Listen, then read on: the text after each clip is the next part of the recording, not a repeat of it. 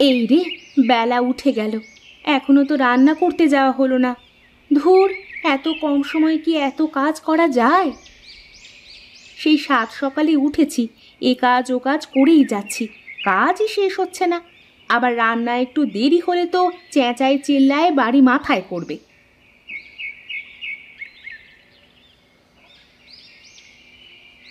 কই গো গিন্নি, আমি চোখে মুখে জল দিয়ে আসি, তুমি বরং জলখাবারটা রেডি করো। ইস, এলেন আমার নবাবজাদা রে! বলি, বেলা ৩ পার করে শুয়ে থেকে উঠে এসে খাবার চেলে কি খাবার এমনি মুখে চলে যাবে? বুঝেছি, আজও তুমি এখনো রান্নাঘরেই ঢোকোনি, তাই তো? কি করে ঢুকবো বলো দেখি? সেই সকালে উঠে কাজই তো করে যাচ্ছি। একটু তো বাড়ির কাজ কাম করতে পারো। কিছুই তো করার মুরদ নেই, শুধু বসে বসে খাওয়া আর ঘোরা ছাড়া। এই দেখো, আমার কাজ কাম নিয়ে কথা বলবে না। শোনো, এই যে ঘর বাড়ি এসব কার শুনি? এই ঘর বাড়ি ছাড়া আর কি আছে বলো দেখি? পরের জমিতে চাষ করে খেতে হয়, তাও তো নিজে একটু চাষ করো না। পরের জমিতে কেন চাষ করতে যাব আমি? যেদিন নিজের টাকায় জমি কিনতে পারবো সেদিনই চাষ করতে যাব। তুমি কিনবে জমি, আর সেই জমিতে হবে চাষ? হ্যাঁ হ্যাঁ, আমার কথা বিশ্বাস হচ্ছে না তো? আগে করে নি, তারপর দেখাবো তোমাকে। যাও যাও, যার 2 পয়সা রোজগার করার মুরদ নেই সে আবার জমি কিনবে নাকি? যাও, তুমি তোমার যে কাজ সেই কাজে যাও। আমি এই কাজটুকু শেষ করে রান্নাঘরে ঢুকবো, এসে খেয়ে নিও।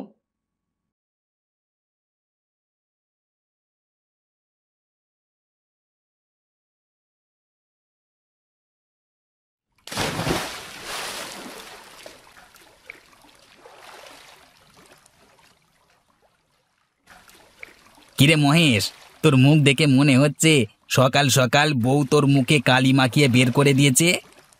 আরে না না, কি যে বলো দাদা, মাছ কেমন ওঠে তাই বলো। কেমন আর উঠবে রে, যেমন মাছ দিচ্ছি সেগুলি ওঠে।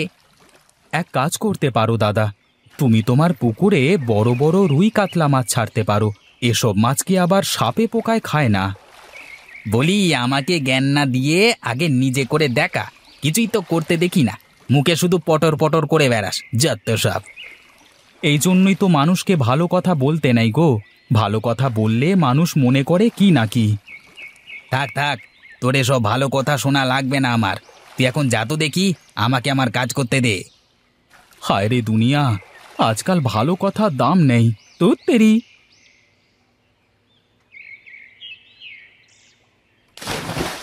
হ্যাঁ, এসেছে আমাকে জ্ঞান দিতে। ওর কথা মতো আমি আমার পুকুরে ওসব রাক্ষুসে মাছের পোনা দেবো, যত সব।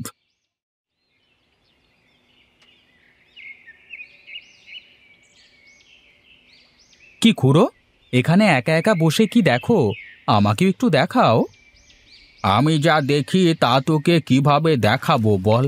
এই যে দেখছিস ঘাট, এ পাশ দিয়ে আগে কত মানুষ পারাপার করতো।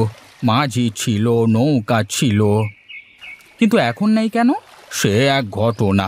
জমিদারের কন্যা তার প্রেমিকের সাথে নৌকা করে এ ঘাট থেকেই পালিয়েছিল, তো তাই তো জমিদার রেগে মেগে এই ঘাট বন্ধ করে দেয়। কিন্তু তাতে তোমার কি বলো? তুমি কেন এখানে বসে থাকো? আমার কি মানে? জমিদার কন্যা যে নৌকা করে পালিয়েছিল সেই নৌকাটা ছিল আমার। আমাকে বলেছিল একটু পানির ব্যবস্থা করতে। আমি পানি নিয়ে এসে দেখি আমার নৌকা নিয়ে তারা পালিয়েছে। ও আচ্ছা, তারপর থেকেই বুঝি জমিদার তোমার নৌকা চালানো বন্ধ করে দিয়েছে, আর এই ঘাটও বন্ধ? হ্যাঁ রে, তারপর থেকেই তো আমার দুর্দিন শুরু হয়ে গেল। আবার কখনো দেখতে পাবো কিনা কে জানে, এ ঘাটে নৌকা চলে কিনা। আচ্ছা খুড়ো, আবার যদি ঘাটে নৌকা ভেড়ানো যায় তাহলে কেমন হবে? কার মাথায় কটা মাথা আছে শুনি, যে জমিদারের কথার অবাধ্য হবে? কি বলো খুড়ো, আমি করব এই কাজ? বেশ বেশ, তুই আগে একটা নৌকা তো বানা, তারপর দেখব তুই কেমন পারিস। তুমি শুধু দেখতে থাকো খুড়ো, আমি অল্প দিনের মধ্যেই নৌকা বানিয়ে ঘাটে ভেরাবো। তোমাকেও থাকতে হবে কিন্তু আমার সাথে। বেশ, তাহলে তাই হবে। এখন যা তুই, আমাকে একটু একা থাকতে দে।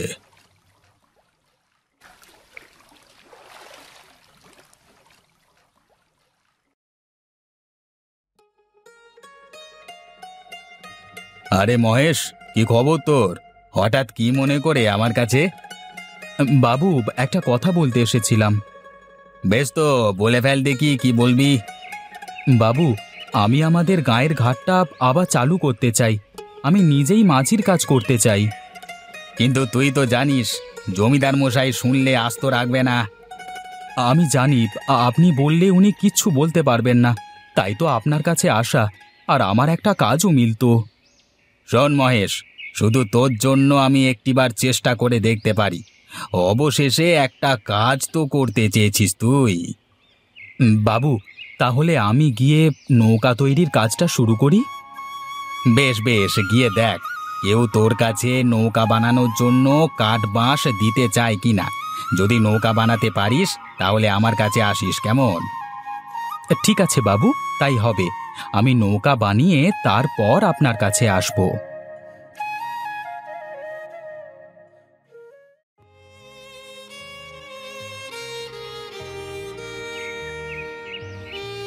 মারে, আমাকে এক গ্লাস জল দিবি মা? তৃষ্ণায় যে বুকটা ফেটে যাচ্ছে।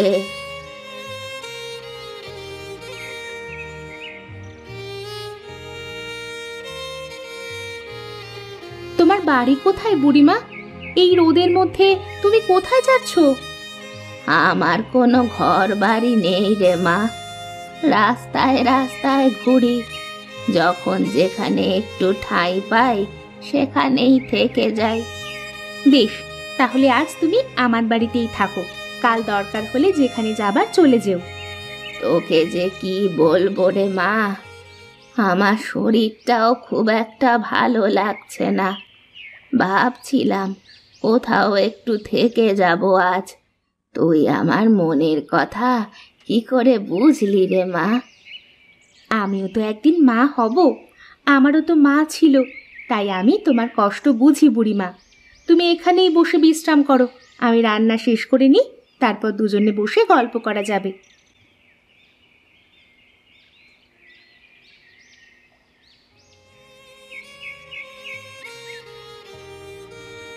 কি গো, তুমি এমন চুপচাপ হয়ে আছো কেন? সে কখন থেকে দেখছি বাড়িতে ফিরে মুখটা ভার করে বসে আছো, কোনো কথা বলছো না, মনে মনে কি যেন ভাবছো। বুঝলে গিন্নি, আমাকে না একটা নৌকা বানাতে হবে, কিন্তু কেউ আমার কাছে বাঁশ কাঠ বিক্রি করতে চাচ্ছে না। তুমি আবার নৌকা করে কি করবে শুনি? কেন, আমি ঘাটে খেয়া বাইব, নদীতে মাছ ধরবো, আবার ইচ্ছে হলে নদীর স্বচ্ছ পানির বুকে ভেসে বেড়াবো তোমাকে সাথে নিয়ে। তোমার মতলব আমার বেশ সুবিধের মনে হচ্ছে না। সত্যি করে বলো তো আমাকে তুমি।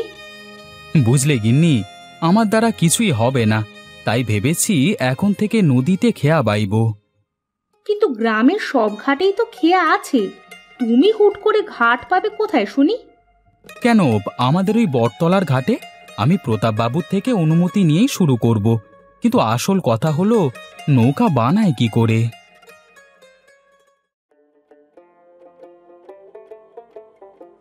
এ কি বুড়িমা, তুমি এসেছো?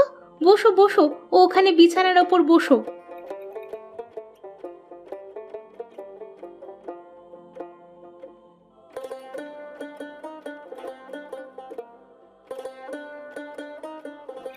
কি গো বুড়িমা, তুমি এত সকাল সকাল উঠেছো কেন?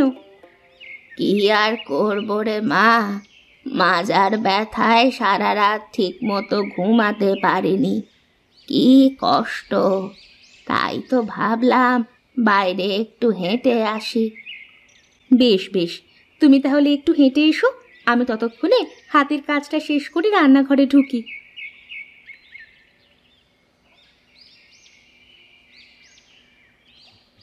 ও মহেশ, এই শোন শোন, একবার এদিকে আয়। কি বলবে বলো দেখি, আমার তাড়া আছে একটু। কেন রে, আজও কি তোর বউ তাড়া করলো নাকি তোকে? আরে ধুর, তুমি খালি আর কি করো? কোনো কাজের কথা থাকলে বলো, তা না হলে আমার সময় নষ্ট করো না। বাহ, তোর সময়ের তো তাহলে বেশ দাম। তা বলছিলাম যে, শুনলাম তুই নাকি নৌকা বানানোর জন্য গ্রামে গ্রামে মানুষের কাছে বাঁশ কাঠের জন্য ছুটে বেড়াচ্ছিস। বুঝলে তো রামুদা, মানুষ আসলে এখনো পাগল আছে, তাই তো তারা ভয় পায়। একবার আমাকে আমার কাজটা শেষ করতে দাও, তারপর দেখবে। তবে যাই বলিস, ঘাটটা যদি চালু হয় তাহলে কিন্তু আমাদের গাঁয়ের মানুষের জন্যই লাভ, বুঝলি? তাহলে তো আর আমাদের গঞ্জে যাওয়ার জন্য ছুটে বেড়াতে হবে না, হ্যাঁ তাই না? সে কথাই তো গায়ের মানুষকে বোঝাবে কে। দেখি আমি যাই, কিছু করতে পারি কিনা দেখি।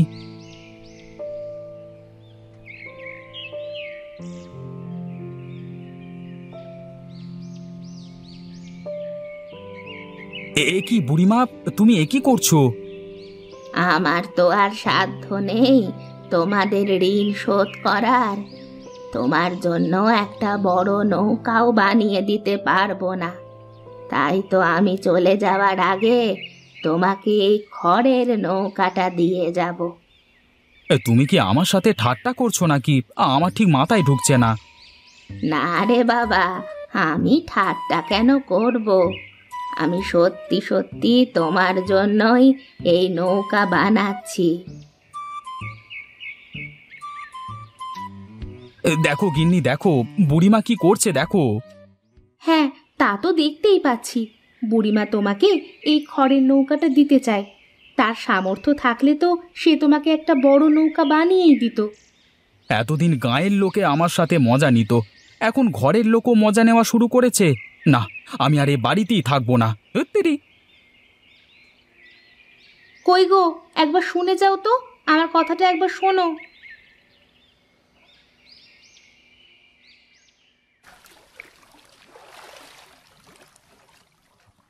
এটাকে এখন কি করি? না, এটাকে পানিতেই ফেলে দিই।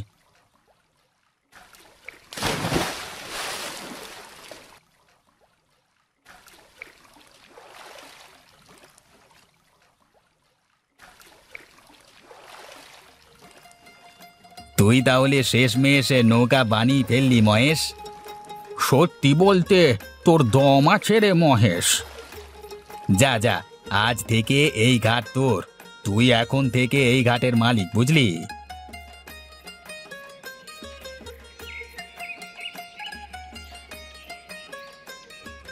কই গো গিন্নি, বুড়িমা কোথায়? বুড়িমা তো চলে গেছে, আমি তাকে বিদায় দিয়ে আসলাম। বুঝলে গিন্নি, বুড়িমা আমাদের কত বড় উপকার করে গেল, কিন্তু কিছু বলে গেল না। কি উপকার করে গেল গো?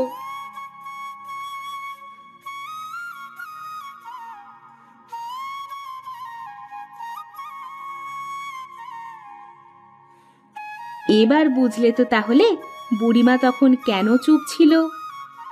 হ্যাঁ গিন্নি, আমি সব বুঝতে পেরেছি। এখন চলো, তুমি চলো, গিয়ে দেখবে আমাদের খড়ের নৌকা।